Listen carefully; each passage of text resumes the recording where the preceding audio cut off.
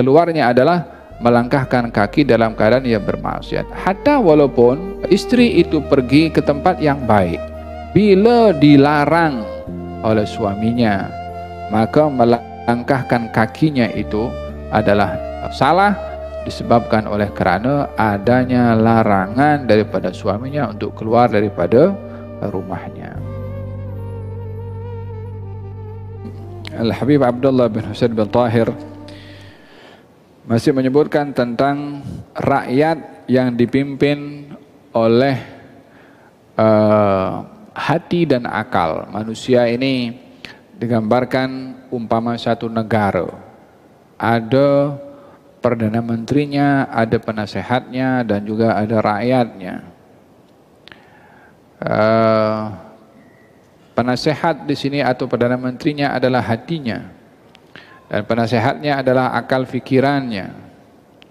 Dan juga penasehat ada dua, penasehat yang baik dan penasehat yang tidak baik, yaitu hawa nafsu. Maka dalam hal ini ditimbang, adakah yang diterima nasihat daripada akal fikiran yang waras atau daripada hawa nafsu. Hati yang menentukan. Rakyat pada tubuh badan ini adalah anggota badan kita yang 7. Mata, telinga, lidah, tangan, perut, kemaluan, kaki. Ini rakyat yang ditadbir oleh hati dan oleh akal atau oleh hawa nafsu. Hati bila mendengar kepada hawa nafsu akan menggunakan anggota badan yang 7 tadi untuk hal-hal yang maksiat. Maksiatnya mata, seperti mana kita dah lalu, maksiatnya telinga, maksiatnya lidah, maksiat tangan, maksiat kemaluan, dan maksiat kaki, serta maksiat perut. Bila yang mempengaruhi kepada hati ini adalah hawa nafsu. Tapi bila ia mendengar nasihat yang baik, maka dia akan menggunakannya, anggota badan ini, pada tempat-tempat yang baik. Di dalam Al-Quranul Karim, Allah Subhanahu wa Ta'ala ada menyebutkan anggota-anggota ini yang akan disoal atau akan bercakap nanti kepada Allah, seperti mana firman Allah Subhanahu wa Ta'ala, al-yawma nakhtimu ala afwahihim wa tukallimuna aydihim wa tashhadu arjuluhum bima kanu yaksibun. Hari ini aku tutup mulut-mulut kamu. Tangan akan berbicara, kaki akan menjadi saksi. Dalam hal ini tangan akan berbicara apa yang dilakukan, kaki akan menjadi saksi pun apa yang dilakukan. Berarti tangan bercakap, kaki pun bercakap. Pada ayat yang lain Allah Subhanahu wa Ta'ala berfirman, wa qalu li juludihim lima syahidtum alaina qalu antaqana Allah alladhi antaqa kulla syai'. Mereka, yakni orang-orang yang ketika dipersoal atas perbuatannya dan perbuatan itu disaksikan oleh anggota badannya, orang itu mengatakan kepada tubuh badannya sendiri, wa qalu li juludihim, mereka berkata kepada kulit badan mereka, kenapa kamu cerita semua yang kita lakukan dulu daripada hal-hal yang tak baik? Kenapa kamu cakap? Kenapa kamu dedahkan? Bermakna semua anggota badan pun akan bercakap. Mereka ini, anggota badan ini akan bercakap, antaqana Allah alladhi antaqa kulla syai'. Yang bikin saya bercakap adalah Allah Subhanahu wa Ta'ala. Dan dengan demikian perbuatan apapun yang kita lakukan walaupun kita bersembunyi, anggota badan akan menjadi saksi satu hari nanti di hadapan Allah Subhanahu wa Ta'ala. Al-Habib Abdullah bin Husain bin Tahir menyentuh tentang maksiat kaki. Inna nahnu nuhyil mauta wa naktubu ma qaddamu wa atharahum. Kami menghidupkan orang mati dan kami juga catat bekas langkah kaki mereka menuju ke masjid.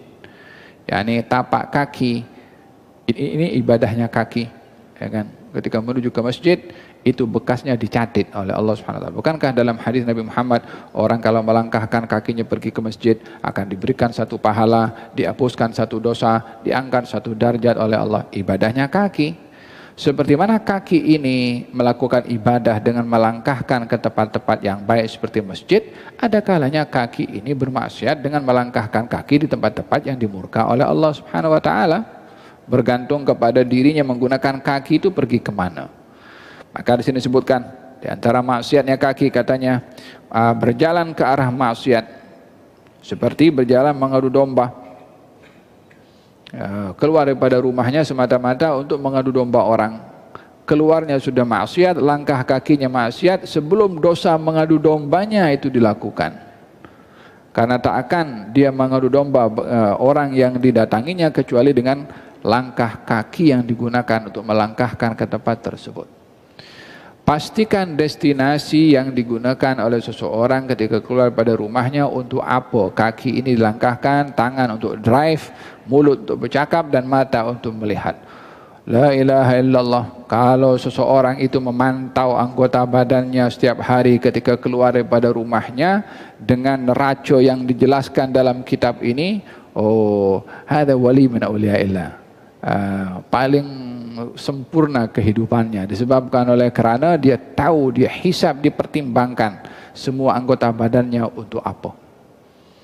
Yang kedua, larinya hamba daripada tuannya atau istri daripada suaminya, seperti melangkahkan kaki daripada rumahnya tanpa dibenarkan oleh suaminya, atau seorang hamba yang keluar daripada rumah majikannya tanpa diizinkan oleh tuannya, maka keluarnya pun adalah keluar kaki itu dilangkahkan ke tempat yang keluarnya adalah melangkahkan kaki dalam keadaan ia bermaksiat. Hatta walaupun istri itu pergi ke tempat yang baik, bila dilarang oleh suaminya, maka melangkahkan kakinya itu adalah salah, disebabkan oleh kerana adanya larangan daripada suaminya untuk keluar daripada rumahnya.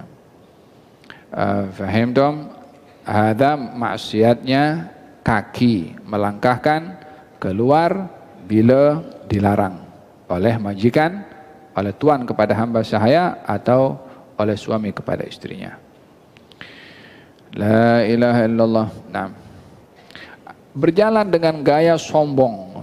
Berjalan dengan gaya sombong ini orang yang berjalan tunjuk dado, ataupun dia berjalan nak tunjuk kereta. Faham tak?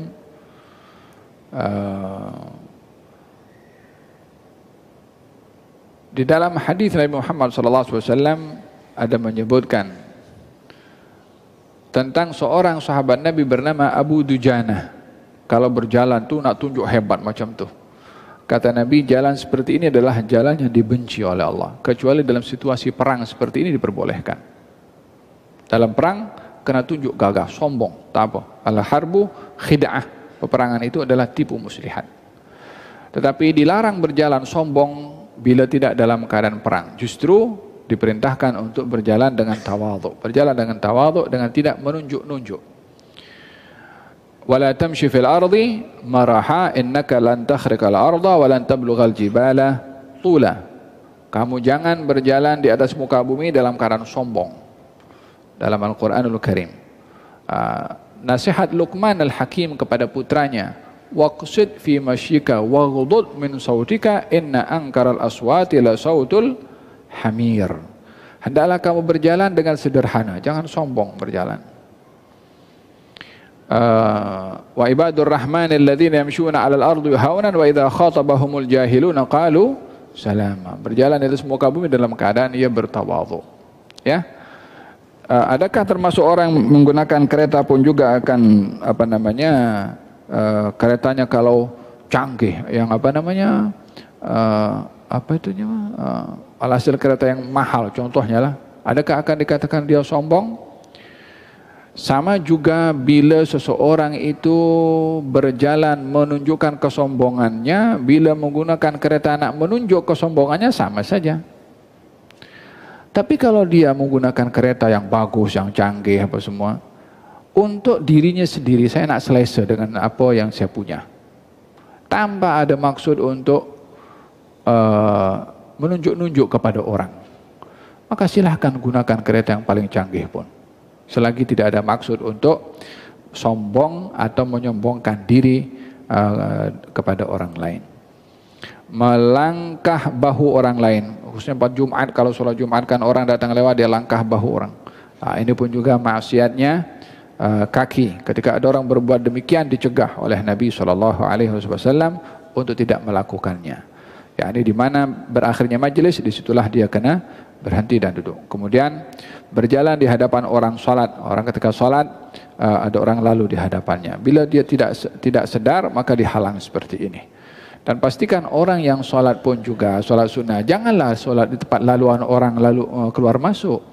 Kesilapan kepada orang itu sendiri yang salat di tempat laluan orang ramai. Kadang-kadang time salat Jumat juga orang itu kalau tergesa-gesa nak balik selesai salat Jumat atau ramai kan, kadang-kadang orang di belakang tengah salat. Perhati jangan sampai lewat di hadapan orang tengah salat. Kalau tak tergesa-gesa, tak terburu-buru, tunggu biar semua bagi ruang orang semua salat ba'diyah, supaya ketika keluar itu tidak melangkahi orang yang sedang salat. Nah, melunjurkan kaki ke hadapan mushaf, ini adalah sifat tidak sopan kepada Al-Quran, dan setiap langkah yang digunakan menuju ke tempat-tempat yang diharamkan oleh Allah, maka kesemua itu bahagian daripada maksiatnya kaki. Moga-moga Allah Subhanahu wa taala berikan kepada kita keupayaan untuk menjaga anggota badan kita dan tidak digunakan kecuali di tempat-tempat yang baik insyaallah. Amin Allahumma amin. Rabbal alamin ya Rahman ya Rahim, salli Rabbi wa sallim ala khairil mursalin.